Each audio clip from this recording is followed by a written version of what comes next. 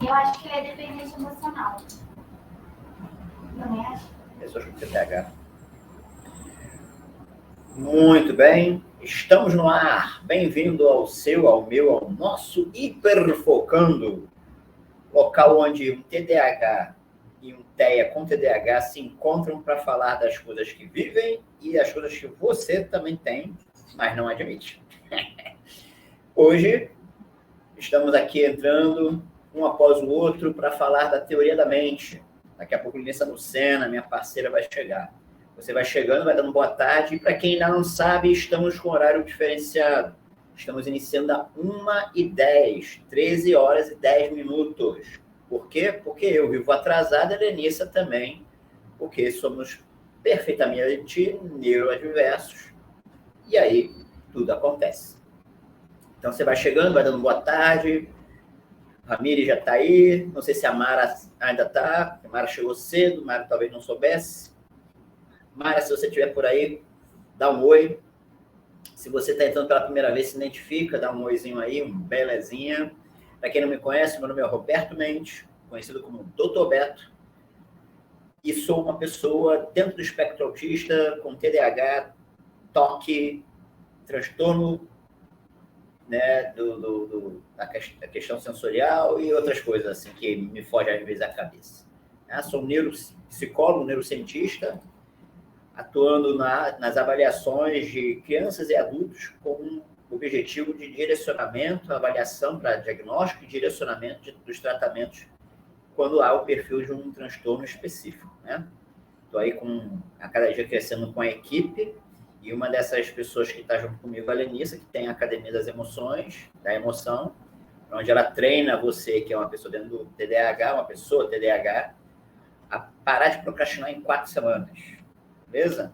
E a gente vai falar sobre teoria da mente, uma coisa assim importantíssima, principalmente para o espectro autista, mas para todos nós, como ser humano na face dessa terra.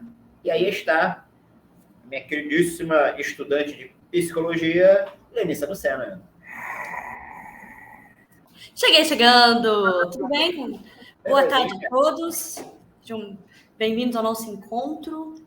E hoje estou aqui esperando essa aula, verdadeira aula. Faz um tempão que eu estou pedindo para o Beto, para a gente falar sobre teoria da mente, né? Ele manja bastante disso. Então, tô aqui e falei, Beto, bora que eu vou te ouvir hoje.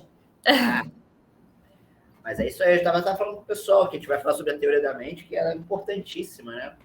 Eu gosto sempre de perguntar, sempre quando eu dou aula, o pai fala assim, vocês sabem o que é tal coisa? Nesse caso, alguém sabe me dizer o que seria a teoria da mente? Porque é uma expressão que se ouve pouquíssimas vezes dentro de um consultório, nas palestras, mas quem está no mundo do espectro escuta mais que as pessoas que estão na questão do TDAH. Mas a gente vai falar daquilo que é comum a todos também. Alguém sabe, já ouviu falar da teoria da mente? Gente, não é um filme. Eu queria dizer que não é um filme, a teoria da mente. Poderia ser, tá? Mas não é. Eu nem sabia o nome, teoria da mente. E tem teoria da conspiração, né? Tá aí. Tá aí. Quem sabe a gente não escreve um livro baseado e faz um filme baseado no livro. Ó, ideias. Já tem a teoria de tudo, né? Agora falta a teoria da mente. Adorei esse filme. Fabuloso. Acho que eu vi 2 vezes. A Mara tá falando aqui, ó. Eu pesquisei sobre, mas não consegui entender. Olha, você não é a primeira, nem a última, nem vai ser. Não é simples, Mara. Existem vários conceitos. Vamos lá. Vamos chegar na teoria da mente propriamente dita aos poucos. Porque o que a Mara tá falando é interessante. Quando a gente fala sobre teoria da mente, a gente lê sobre muitas informações, né? Primeira coisa que a gente tem que entender. Todo ser humano e, entre aspas, melhor, entre parênteses, todo ser vivo que tem um processo mental, ele tem uma teoria da mente. Como assim, Roberto? Então, a teoria da mente foi estudada principalmente por cientistas que observaram os animais. Ó, como sempre, né? A gente tem aí os animais em laboratório para estudos, às vezes não precisa ser nem colocado dentro de um laboratório, né? Através da observação, né? Antigamente, não se trazia os animais para dentro dos consultórios o tempo todo. Os pesquisadores iam a campo para observar né? E anotar tudo possível. Em teoria da mente, foi observado a seguinte questão. Todo ser vivo, né, tem um processo mental, ele produz informações com base numa estrutura que se pode dizer quase que social, ambiental. A gente vai usar um dos exemplos que, inclusive, foi o principal, foi os chimpanzés. Por quê? Porque eles vivem numa microsociedade, né? Você vê lá que os macacos, os chimpanzés, eles não andam em grupos. E ao andar em grupos, eles estruturam mentalmente informações sobre eles mesmos, sobre o outro animal, que é o outro chimpanzé. Que imagem é essa que surgiu atrás de você? Enquanto ele tá falando, eu tô aqui brincando com o negócio. Plano de fundo. Legal, né? Gostei desse. Posso com um negócio desse? A sujeita me põe um plano de fundo aí. Se fosse a sua casa, bonito, você show, né? Ó, malareta e tudo. Tá Você podendo. viu? Então, olha aqui, ó. Ó. Desculpa, desculpa cortar teu raciocínio. É que eu fui melhorar a resolução da câmera. E aí eu falei, nossa, que negócio é esse? A curiosa. Ficou-se aí, ficou show de bola. Não, gente, porque na minha casa de campo. Dá licença, tá? Dá licença. Enfim. Então, na teoria da mente, estudada pelos cientistas nos chimpanzés, observou o seguinte: o chimpanzé, quando está em grupo, ele observava o outro e estruturava possibilidade do que o outro iria fazer. Como assim? Como assim, Roberto? Vamos lá. O chimpanzé estava com uma fruta na mão. Ele colocava em cima de uma pedra. Ele observava que um outro chegaria e pegaria. Então, quando ele faria isso de novo, colocar outra fruta em cima da pedra, ele já observaria e, pela teoria da mente que ele criou ali, pelo conceito mental, ele observou o comportamento de todos e viu assim, ó, aquele ali está indo na direção da minha fruta com intenções de pegar. Então, ele pegava primeiro. Isso começou a ser observado em animais, e, se eu não me engano, Piaget, para quem não sabe, um grande pensador, pedagogo, culturado assim nas questões infantis, ele começou a observar isso no desenvolvimento da criança. Piaget usava muito os filhos, né? Que é muito comum. Todo cientista, dentro de uma possibilidade, vai observar os seus, os mais próximos, porque é muito mais prático, né? Então, ele começou a observar nas crianças o seguinte: quando a criança vai se desenvolvendo, ela vai criando esse conceito teórico mental. E aí a criança vai começando a desenvolver o quê? Em si, comportamentos em pró do comportamento do outro. Assim como reações emocionais sobre o comportamento do outro, ou sobre a reação emocional do outro, e assim por diante. Então, está lá a criança com 1 ano, 2 anos, 3 anos, e em cada fase ela vai criando certos processos. A teoria da mente vai se estruturando. E aí, por exemplo, eu que tenho um filho de 2 anos, a gente começa a observar isso, né? Principalmente quando a gente identifica uma coisa que, tanto no autismo quanto no TDAH, tem falha, que a gente chama de atenção compartilhada. O que é atenção compartilhada? A criança está mexendo em alguma coisa, o bebê, até uns 2, 3 anos, ele faz muito isso. Ele está mexendo, quando ele vai mexer, antes de mexer, ele olha em volta, encontra um adulto e começa a sorrir, ou então fica olhando como quem diz assim, será que eu posso? Mesmo que ele vá fazer, ele olha com a intenção de compartilhar aquele momento e estruturar na mente dele o seguinte: se ele fizer cara feia, eu sei que eu não posso, mas eu vou fazer mesmo assim, que eu quero saber até onde eu posso.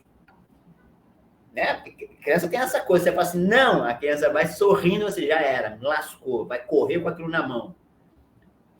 A atenção compartilhada no TEA e no TDAH é falha. Isso é uma coisa que a gente avalia nos bebês. Eu atendo muita criança de 2, 3 anos, a gente observa um ponto, que é atenção compartilhada.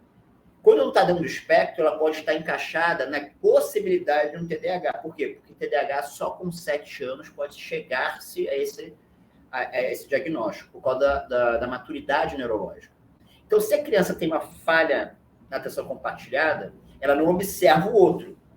Quando ela vai fazer alguma coisa, então ela prejudica essa parte da teoria da mente. Assim como no espectro autista, devido às questões comportamentais, ela não interage com o meio, ela também perde certas questões cognitivas que geram a teoria da mente.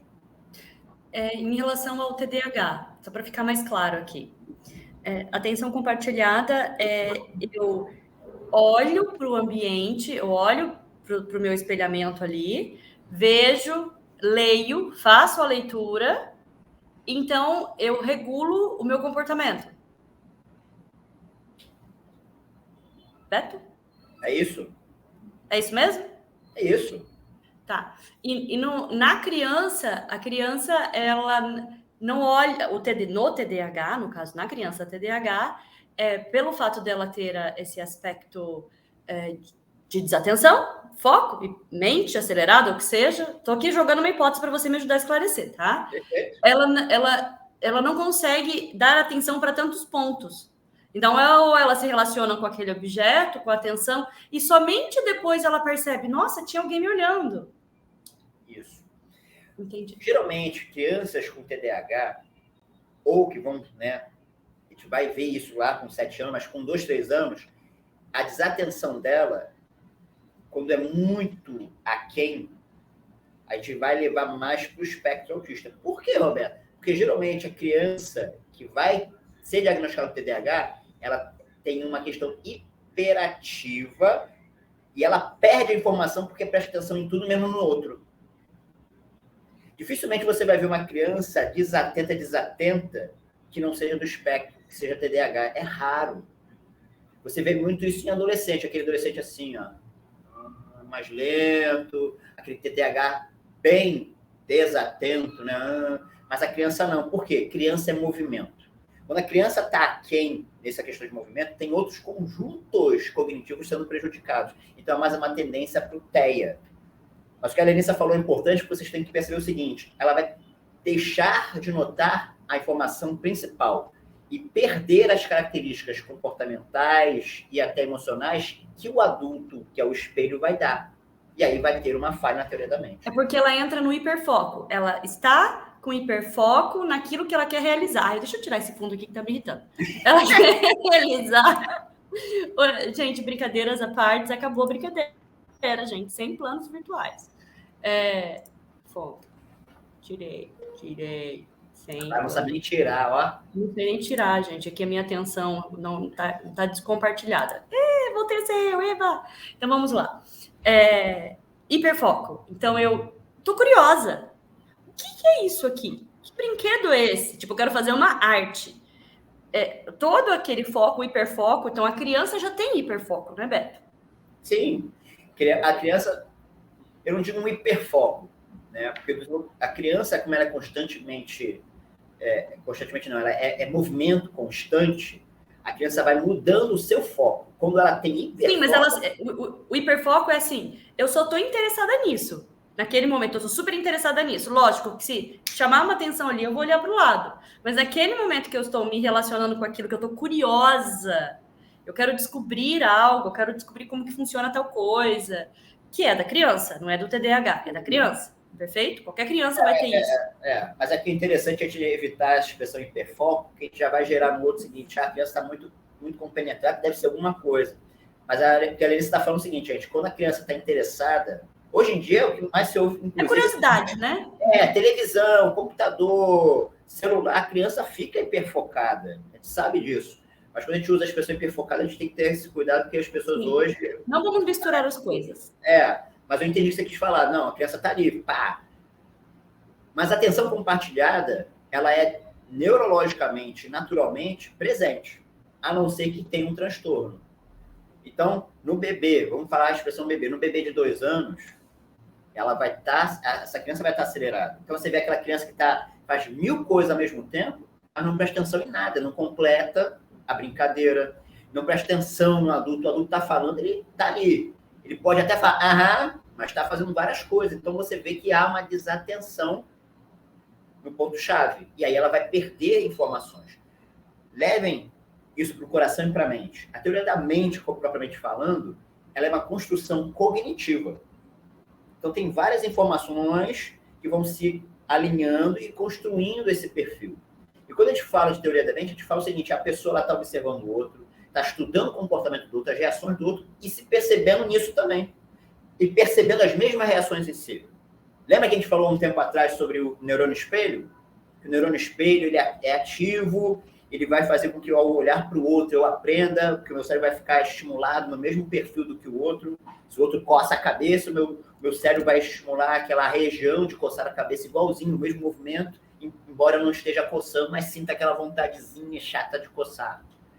Isso processa-se a teoria da mente.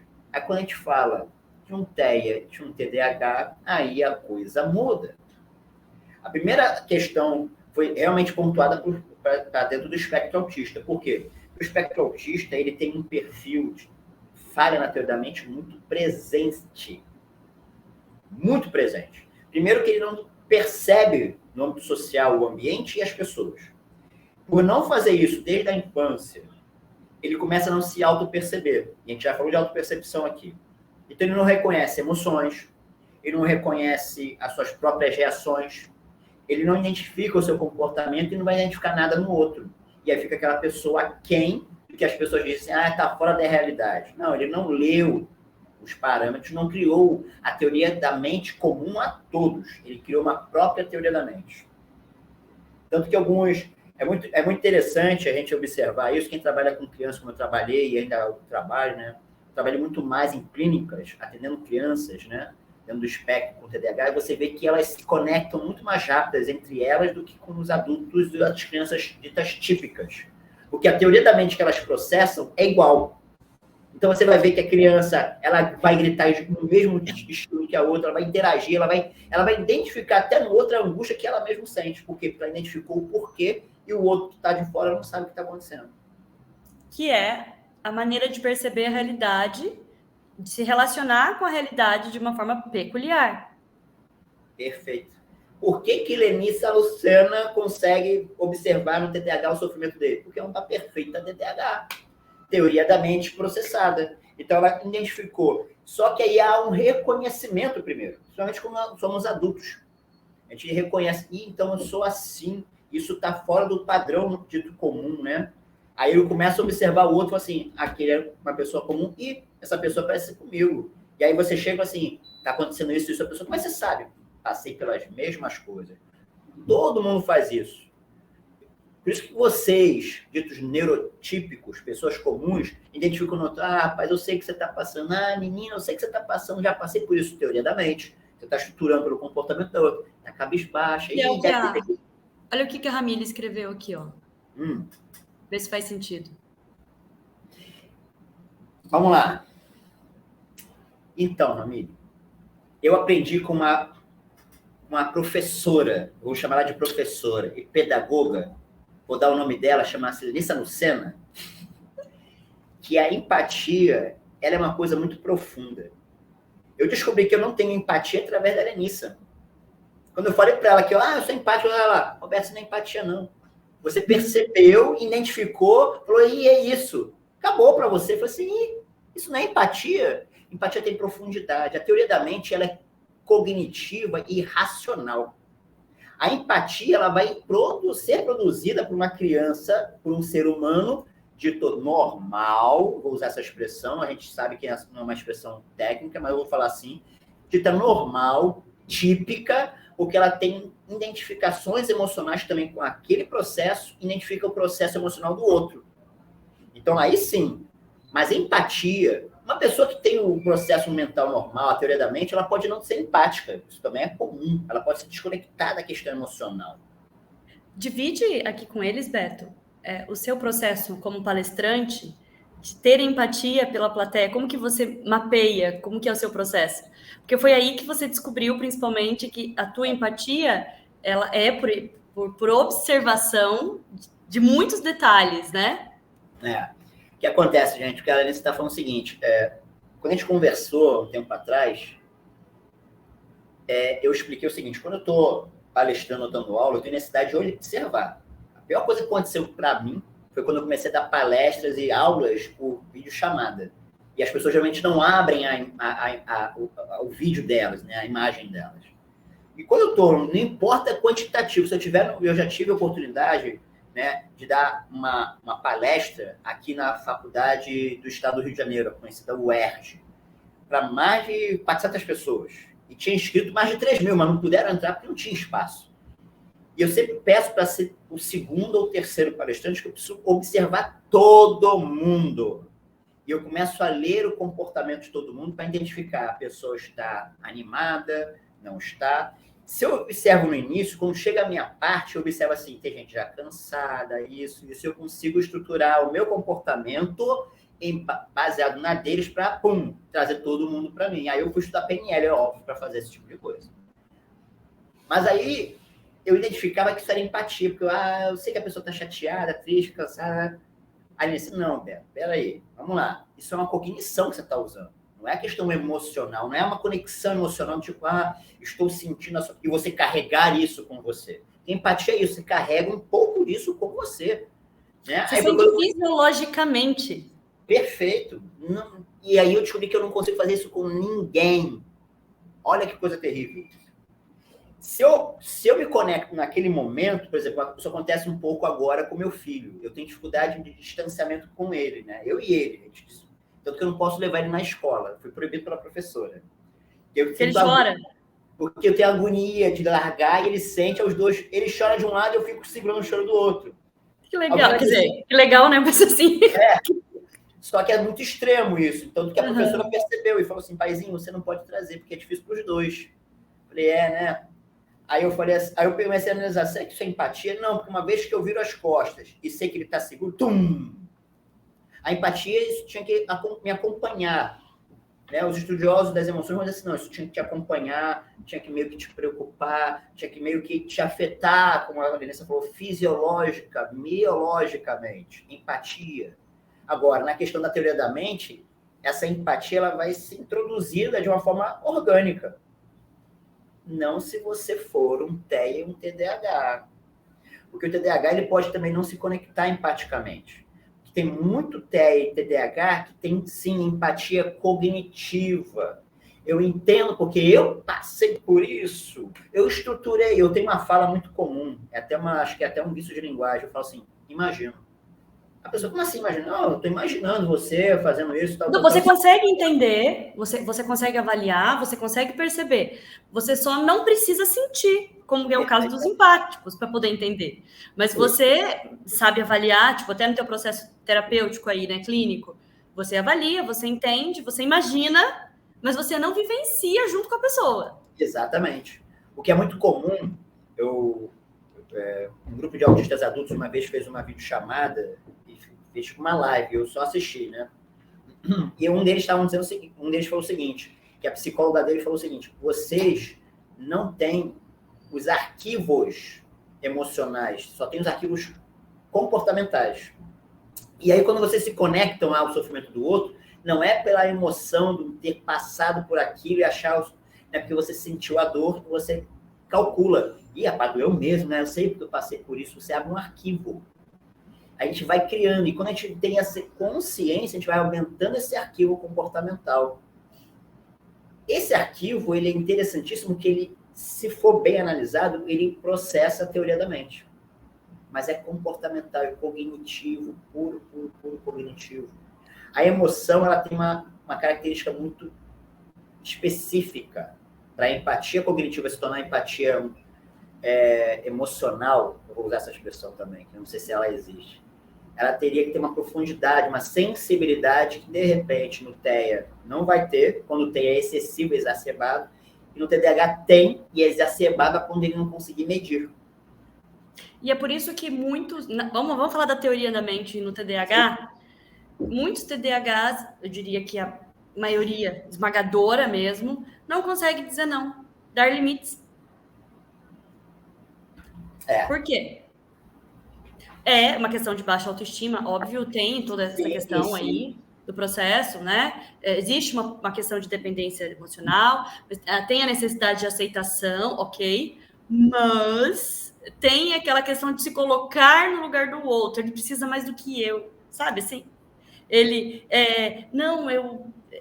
tem essa questão de ser importante, especial muitas vezes, ele precisa de mim, mas eu que me lasque, né? O TDAH que se lasque, mas eu vou ajudar porque eu preciso ajudar. Eu esqueço de mim em prol do outro. Como eu sou altruísta, como eu sou uma pessoa boa. Não é isso.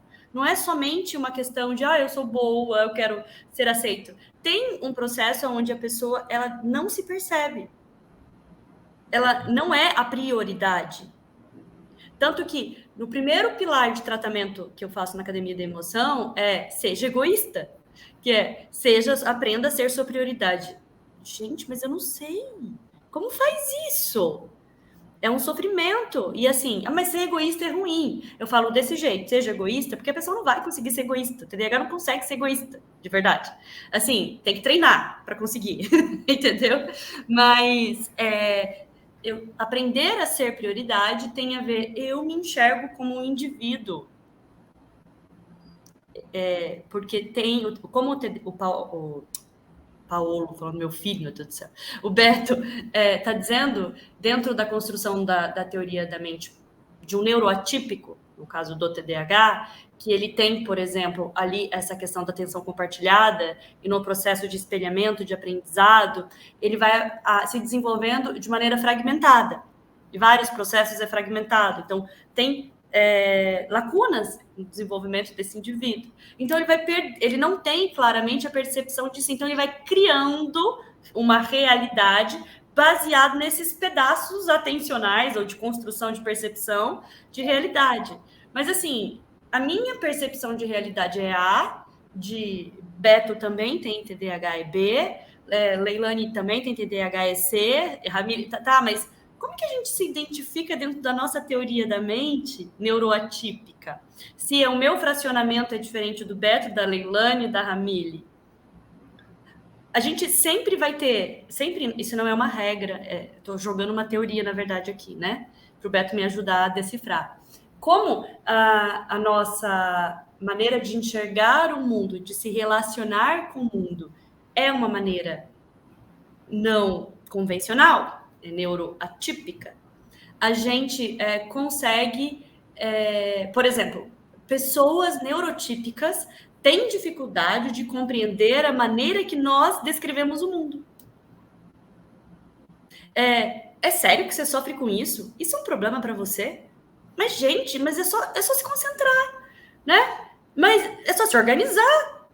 Eles não conseguem alcançar, tanto que, principalmente no TDAH, quando a gente fala, eu tenho TDAH, as pessoas, vou falar o mundo, né? Não consegue alcançar o que significa o TDAH. Não consegue alcançar, é um problema de desatenção e foco.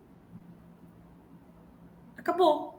Entende? Não consegue entender que existe uma arquitetura neurológica diferente que interfere numa teoria da mente que vai interferir num resultado de uma vida toda. Porque, olhando dessa forma que o Beto está falando, cada pessoa tem uma teoria da mente. Tipo assim, o Beto tem a dele, a minha, os neurotípicos têm a deles, né? Então, assim, eu vou dar um exemplo bem que não tem nada a ver com aqui, tá? Mas é simples, o daltônico. Ele sabe que ele é daltônico até alguém contar para ele que ele é daltônico? Dificilmente. Entenderam? Uma pessoa que nasce com uma percepção de realidade diante dos recursos internos que ela tem, ela constrói uma teoria de realidade adaptativa. Aí ela descobre que existem outras teorias de realidade que ela percebe que ela não consegue entrar, porque ela não consegue também alcançar, e aí ela começa a entrar em conflito com a realidade própria. O que é interessante que você falou é que é justamente isso. Quando a gente fala de teoria da mente, óbvio, a gente está falando usando uma fala técnica que é usado pelos profissionais para dizer o seguinte: olha, o seu filho ou sua filha tem prejuízo na teoria da mente. Por quê? Porque estão falando na teoria da mente comum a todos. Todo mundo que nasceu, desenvolveu até um certo identifica que o outro está triste, que o outro está zangado, que se fizer isso vai produzir tal resultado, que o que ele está sentindo é isso, aquilo, que ele está fazendo tal coisa não pode ou pode. Isso é uma teoria da mente dita geral. Aquilo que é dentro do desenvolvimento normal ou padrão. Quem quebra isso vai ter uma teoria da mente. Não tem como não dizer que não tem a teoria da mente, só não tem a teoria da mente como um padrão. Ok. Então, o que a Anissa falou, perfeito. Por quê? Tem pessoas com TDAH, pessoas dentro do espectro autista, não sabem que são assim até que seja dito. Eles sabem que são diferentes, estranhos, esquisitos. Alguns vão receber os adjetivos mal educados, excêntricos, egoístas, ou então bonzinho demais, inocente. Como eu escuto essa expressão, toda vez que eu escuto essa expressão, Roberto, não seja inocente, eu entro em crise. Como assim inocente? Eu fico... Eu falei, vir besteira em algum lugar, eu não sei. Porque a teoria da mente processada, né, em nós é diferenciada. Então, quando alguém chega assim, olha só, eu acho que você tem que fazer uma avaliação que você está dentro do espectro autista. Mas por que isso? Não, por causa disso, aí você fica, será? Quando me trouxeram essa informação, eu fiquei olhando para a pessoa, será? Como é que seria isso? Aí eu fui estudar, porque uma coisa leva a outra. Olha, faz sentido, mas nunca imaginei. Óbvio, eu processei o mundo de uma forma e batia de frente por ser esse processo diferente do outro, batia de frente com a maioria das pessoas e sofria. E hoje, mesma coisa, não mudou nada. Não mudou nada. O sofrimento permanece, só que agora a gente tem mais consciência de quem somos. E aí essa pessoa que fez a avaliação lá, agora ela tem que passar por um processo de acompanhamento, de reestruturação. A teoria da mente, ela não precisa mudar, ela só precisa aprender. Você vai precisar aprender a como identificar a sua teoria da mente, a teoria da mente geral, comum a todas, identificar onde possa haver uma interseção positiva para um processo comportamental adequado. Aí você fala com essa pessoa maravilhosa que ele ensina Senna, faz a academia da emoção e começa a falar assim, então se eu fizer isso vai melhorar a minha situação, mas eu continuo sendo quem sou, porque isso você não tem como perder, não pode perder. Na verdade, ser quem somos facilita esse conhecimento da teoria da mente dita comum a todos, que a gente consegue fazer essas interseções e lidar melhor com tudo e principalmente com nós mesmos. De uma maneira lúdica, bem simples. Criança, lá nos primórdios, essa criança sentou, então ela começa a ter capacidade de fazer brincar com objetos, né? Aí chega lá um momento, lá em torno de 1 aninho, a criança está mais apta a isso, ela começa a enfiar quadrado, redondo, as formas, né? Sabe aqueles blocos redondos que você vai enfiando as pecinhas, que tem os encaixes? Então, aí a criança tá lá, a bolinha, né? Tá lá a bolinha, ela tentando enfiar o quadrado. Tentando enfiar o quadrado. Aí começa a chorar, porque o quadrado não tá entrando, né? Não tem sentido. Por que o quadrado não tá entrando? Eu gravei uma aula que vai... spoiler aqui, tá? Primeira semana agora de abril, vai rolar uma masterclass, que são 4 aulas. Fiquem atentos às minhas redes sociais, que a gente já vai começar aí, chamar vocês para cadastrar, para participar dessa masterclass, que é o caminho que o TDAH percorre, tá? Para deixar de procrastinar.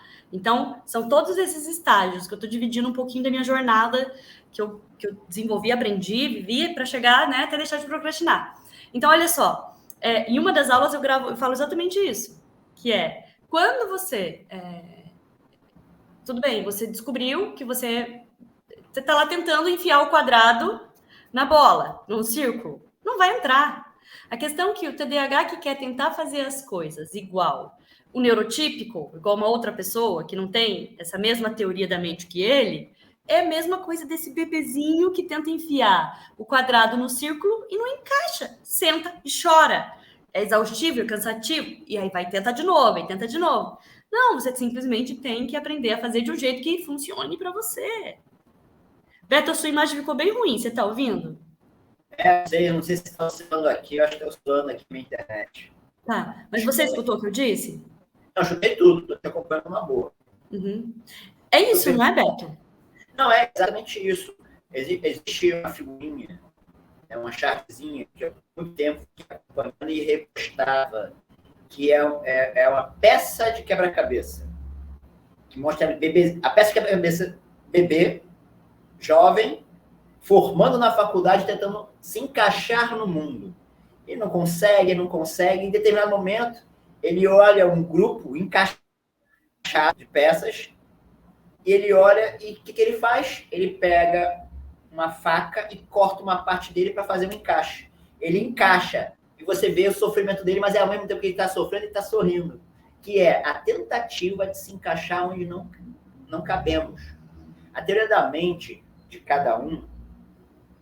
Vamos lá, melhor. A teoria da mente, ela é essa ferramenta em que você, neurotípico, consegue observar tudo, a todos e a si mesmo e se conectar ao geral.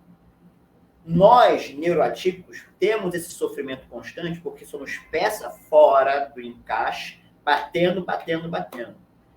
Quando vocês passam por pessoas como eu, que avaliam, orientam, você começa a entender o seguinte: eu sou uma peça diferente.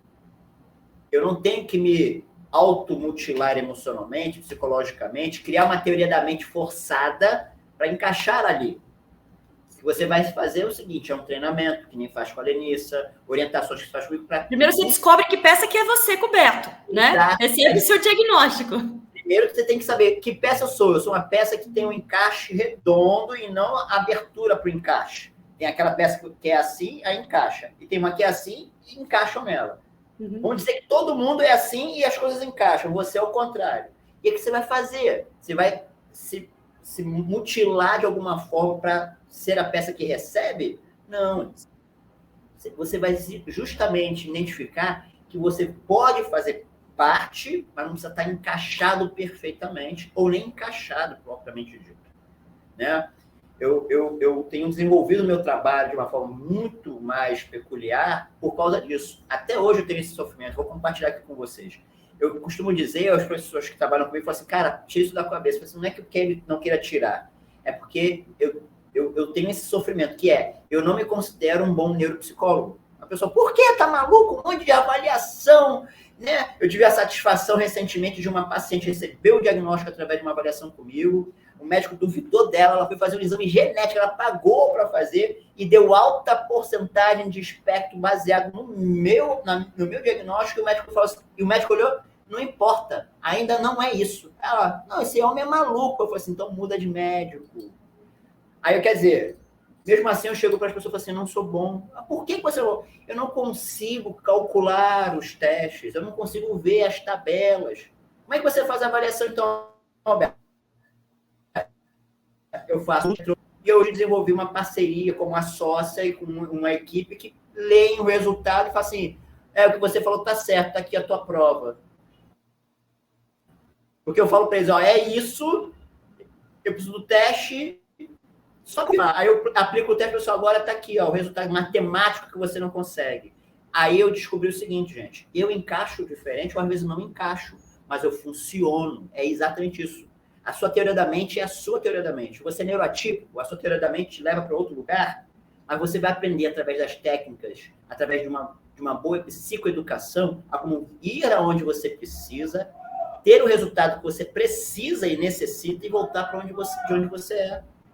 Então, hoje, mesmo com o meu sofrimento, eu falo, não, eu sou um bom neuropsicólogo, eu consigo ver o que ninguém vê, eu consigo direcionar para onde as pessoas não direcionam, mas eu não consigo fazer o que os outros fazem. Na base. Então, porque você não é típico. Porque eu não sou típico. A minha teoria da mente fez com que eu desenvolvesse uma capacidade de observação tão grande que eu vou além daquilo que é clinicamente comum. Tanto que os profissionais falam assim, como é que eu não vi isso? Eu falei, não sei, eu sei que está tão visível, mas para mim está visível, para o outro não está. Né? Eu desenvolvi habilidades e eu até brinco, né, que até o cheiro das coisas eu sinto. Então, assim, é o meu padrão, a minha teoria da mente, que eu desenvolvi de uma forma muito cognitiva e por isso que não entra empatia emocional. Mas é de cada um. Eu tenho que cada vez mais entender isso para menos me autoflagelar emocionalmente, como dizem, né? É o que a Melissa falou, é o que a gente está falando aqui. Você é neurotípico ou neuroatípico? Se identifique primeiro nisso. Se é neuroatípico, tudo bem.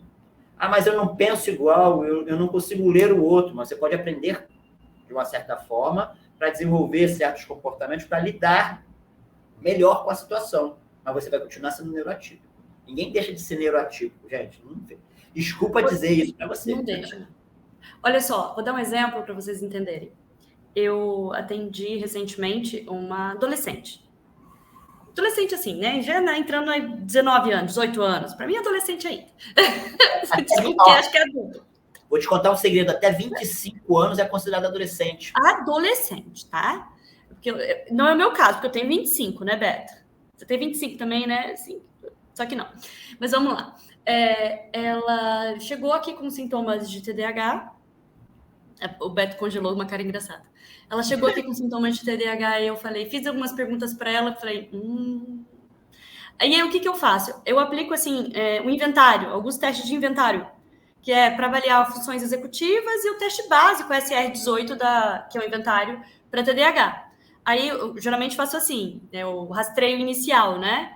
Passo para a pessoa, ela responde, aí vem para a sessão, bem rapidinho. E aí, até quando eu disse, não, realmente é TDAH, vai para a neuroação. É o Beto que faz essa finalização do diagnóstico. Então, nesse rastreio, ela chegou e assim, né? Ai, meu Deus, eu tenho TDAH, né? E agora? Toda nervosa, não sei o que lá. Aí, terminei de fazer esse rastreio com ela. Falei, então, você não tem TDAH. Jura? Como assim, né? Não tem. Você tem ansiedade. É muito comum as pessoas confundirem a hiperatividade, a mente acelerada do TDAH com ansiedade. Muito comum. Mas a desorganização mental estrutural do TDAH é inconfundível. É inconfundível. Então, essa garota, ela tem uma teoria da mente que está associada, por exemplo, ela tem disforia sensível à rejeição, ansiedade bem presente, bem forte, mas disforia sensível à rejeição. E dentro das funções executivas, observei uma desregulação emocional. Então, ela não tem inteligência emocional. Ela tem autoliderança, ela tem motivação, ela consegue se organizar, lida bem com o tempo, mas a falta de autorregulação emocional, que no caso, a baixa inteligência emocional dela, que faz a disforia emocional ser mais presente e a ansiedade ser generalizada. Então, ela não consegue segurar. É como se a pipa tivesse solta ali, o carretel da pipa tá indo e ela não puxa. Então, ela se perde no processo e aí se desorganiza toda. Por causa de uma ansiedade que está associada a uma baixa inteligência emocional. Então, qual que é o tratamento para esse caso, por exemplo? Só para vocês entenderem. Tratamento é desenvolver habilidades e capacidades de autorregulação através de linguagem interna estruturada, de autopercepção, intimidade emocional, saber se autorregular mesmo, se ver de fora, que é um processo terapêutico e também psicoterapêutico, resolve essa paradinha, e alguma substância que ela pode tomar, floral de bar, um antidepressivo ou qualquer coisa assim. Já vai ter uma mudança substancial na vida. Aí é uma teoria da mente que vai ser modificada. Por quê? Porque ela passa a enxergar a vida através de uma outra ótica após o tratamento. Interessante, Beto? Sim. Na verdade, eu posso até estruturar da seguinte forma. Não é que ela vai mudar a teoria da mente. Sim. Ela vai se conectar àquilo que é comum à teoria da mente de todos. Porque, na verdade, ela leu daqueles exato momento, ela leu de acordo, ela desenvolveu de acordo, tanto que ela não é um TDAH. Se fosse TDAH, ela não tem transtornos de funções executivas típicos de um TDAH. Então, ela tem uma teoria da mente dita normal. Perfeito. Só que a leitura emocional é ruim. Então, na verdade, o coeficiente emocional dela, que é baixo, afeta o comportamento dela e aí afeta o cognitivo. A leitura dela fica afetada. Então, olha só que interessante. Quando a gente fala de teoria da mente, a gente fala de uma base estruturada que vai resultar em questões comportamentais, cognitivas, emocionais, que dependendo da situação que a pessoa está vivendo, vai fazer o caminho inverso. Está lá bem estruturada a teoria da mente, mas ela foi afetada porque emocionalmente, psicologicamente, ela está desestruturada e a emoção afetou o comportamento, afetou a parte cognitiva, ela vai ter uma leitura ruim e ela vai passar assim, gente, não estou mais entendendo nada, não consigo acompanhar as pessoas. Acho que eu tenho TDAH. Exato, e olha, daí vai. E o interessante, para a gente até chegar numa conclusão aqui ao horário, quando a teoria da mente é observada no TDAH, principalmente no TDAH agora que eu vou falar, a gente consegue observar o porquê que o TDAH pode ser confundido ou a pessoa com TDAH acha que é uma pessoa dentro do espectro autista. Tanto que tem paciente que fica decepcionado quando eu falo assim, desculpa, você não é um TEA, você só tem TDAH. Mas, Roberto, isso eu faço igual o autista. Sim, mas os prejuízos são bem significativos para entrar dentro do espectro. Agora, pessoas com TDAH, as pessoas acham que é uma vida tranquila. Então, quando recebe diagnóstico, então tá tudo bem. Não, cara, você tá com um transtorno. Você tem um transtorno do desenvolvimento. Você vai ter uma teoria da mente prejudicada, você vai ter uma questão emocional prejudicada, o comportamento, a cognição. Então, condiz com tudo que você tá falando, a pessoa fica meio perdida, mas eu achei que isso era do autismo. Não, é do transtorno. Não consegue alcançar o que isso significa, entendeu? A maioria das pessoas não consegue ainda entender que TDAH é um transtorno significativo que desestrutura a pessoa que não tem um acompanhamento adequado, que não fez uma avaliação realmente pontual, que não tem ali um tratamento para suas necessidades e comorbidades. TDAH não é uma coisa simples, não, pelo amor do Pai Eterno. TDAH, hoje, quando a gente brinca, é o primo do TEA por causa disso, por causa dos prejuízos que são significativos. Você vai ter uma pessoa que vai perder o nível de capacidade de inferência, de ver os detalhes. Por não ver a sutileza, ela vai perder vários conceitos. A Leilane aqui falando, eu cismava em ter autismo, mas descobri que era TDAH. Leilane, assim como você, um monte de TDAH. Até ela descobriu que era o TDAH, ela achava que era autismo que ela tinha. Aí ela descobriu que não, que eram os sintomas do TDAH. Não, e quando a gente que é dentro do espectro e descobre que também tem TDAH, a gente fica perdido. Então, o que é do TDAH, o que é do TEA? Confunde-se muito. Porque, por exemplo, não é absurdo, TDAH tem sensibilidade sensorial. Ah, isso não é só do espectro? Não, pelo amor do... Não. TDAH tem rigidez cognitiva. Total. Só que assim, o TDAH não vai ter uma crise, meltdown, shutdown, a ponto de ficar com mudismo seletivo, a ponto de ficar sem falar com um monte de gente, falando com uma pessoa só. Ele não vai ter uma crise que ele vai tacar a cabeça na parede ou arrancar a própria pele. Ele vai ter umas crises emocionais e ele reconhece isso porque ele é exagerado. Então vai ser aquela pessoa que vai ser acometida de um ciúme arrebatador. Ele não consegue nivelar. Agora o TEA nem ciúme vai sentir. Vai ficar talvez abalado com uma situação que você feriu a memória. Aí vem, por exemplo, na posse, né? Eu tô perdendo essa pessoa não está mais disponível para mim. E tem um conceito dentro do espectro que eu costumo utilizar, e as pessoas às vezes não entendem, é um senso de justiça fora do comum. Como assim, Roberto? Você me deixou desonrado. As expressões são essas, eu fui desonrado por você, o seu ato culminou na minha desgraça, você eticamente foi terrível. A pessoa, nossa, eu estou diante de um quê? De um advogado dos anos de 1500 e alguma coisa. E aí daqui a pouco passa, ele se desconectou de você. Mas também vai ter aquela questão do apego. Meu Deus, eu não posso, porque se essa pessoa foi embora, aí ele começa a ver os prejuízos na vida dele, na perda daquele processo. Meu chefe vai embora. As pessoas, o chefe vai embora, que chato, chora, o melhor chefe do mundo. Ele, não, se eu perder esse cara, eu vou ter que aprender tudo de novo. E aí eu vou querer não sei o quê. Aí começa a crise. Aí começa, e inclusive vai querer pedir demissão. É bem diferenciado. Porque o mundo saba, né? A referência de mundo. Os padrões, os protocolos, todo o perfil. O TDAH vai sofrer por uma ansiedade. Sim. O TDAH vai ficar desesperado. Por causa da rigidez cognitiva, que faz parte da arquitetura neurológica do TDAH e do TEA, né? Só que do TDAH é mais branda do que do TEA, a rigidez cognitiva, essa inflexibilidade.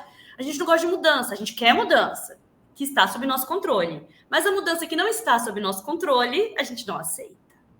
A gente sofre com o impacto da mudança e aí sofre com ansiedade no processo. Mas assim, você falou, só para complementar, que a gente está fechando aqui o tempo, sobre senso de justiça, se sentir injustiçado. TDAH. Como tem problemas com isso. De se sentir injustiçado. E assim, não é só comigo. Como tem a empatia, não sei quem falou grosso com a mulher do cafezinho. Não dá, eu vou ter que conversar. Você não pode falar assim com ela.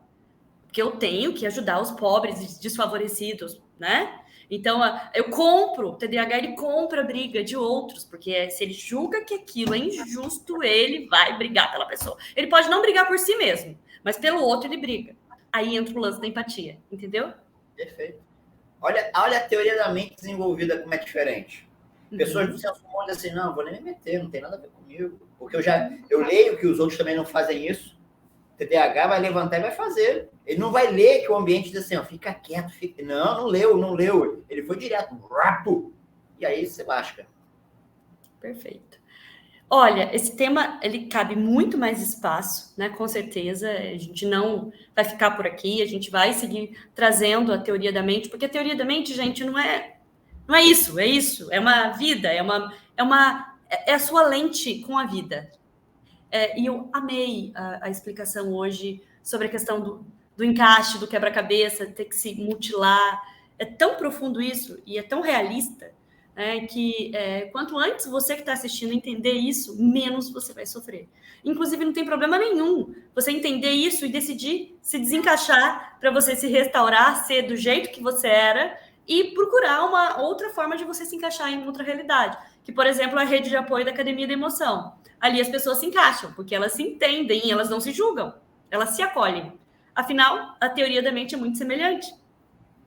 Eu e o Beto, a gente se acolhe, a gente se entende, porque a nossa teoria da mente apesar de ele ter as questões dele e eu a minha, a gente se entende muito. Então ele fala, eu já entendi, já comprei, blá, blá, foi. A gente não fala, a gente não tem reunião toda semana, parece que a gente conversa toda hora, né? Parece que a gente fala por pensamento, eu acho, né, Beto? Simplesmente flui, né, Beto? Simplesmente flui. Quero agradecer a presença de todos, deixar, como sempre, aqui contato do Beto, para quem desejar agendar a sessão de avaliação. Como eu falei brevemente aqui, Academia da Emoção e Neuroação, oficialmente, somos parceiros. Beto, ele é o especialista, né? Ele e a equipe dele em diagnóstico. Então, assim, vocês podem me procurar para fazer uma... Lenise, eu tenho dúvida. Eu acho que... Não tenho certeza se eu tenho TDAH. A gente faz uma triagem inicial. Eu aponto se realmente a sua dúvida é válida, se a gente tem que investigar. E aí, Beto segue fazendo, e a equipe dele, a Neuroação, segue fazendo investigação. Porque as pessoas acham, eu tenho ou não tenho TDAH. Não é assim. Você é borderline? Você tem bipolaridade também, porque pode rolar? Você tem TAG? Você tem TOC? Quais são as comorbidades? Você tem depressão maior? O que está aí? Tem disforia sensível à rejeição? Tem algum outro transtorno de personalidade que você não sabe que está associado? Não é simples fazer um diagnóstico de TDAH, porque não é só o TDAH avaliado. É toda uma história de vida por aí. Inclusive, se você teve algum trauma neurológico no seu nascimento, na sua infância, que pode descaracterizar o próprio TDAH. Entenderam como funciona? Então, assim, quer fazer uma triagem? Vem para a Academia da Emoção, a gente faz uma triagem, te dou a letra, vamos aprofundar esse trem. E Beto, Neuroação, segue fazendo. Da mesma forma, quem está lá com o Beto também vem para tratamento com a Academia da Emoção. A gente construiu esse trabalho de sinergia, que se retroalimenta, cada um dentro da sua especialidade, né, Beto? Isso aí, uma ponte muito segura para você que está tentando se encontrar, tentando se organizar, tanto de um lado para orientar através de uma avaliação, até mesmo para se orientar e se coeducar para melhor dinâmica do seu desenvolvimento. Não existe idade para isso, gente.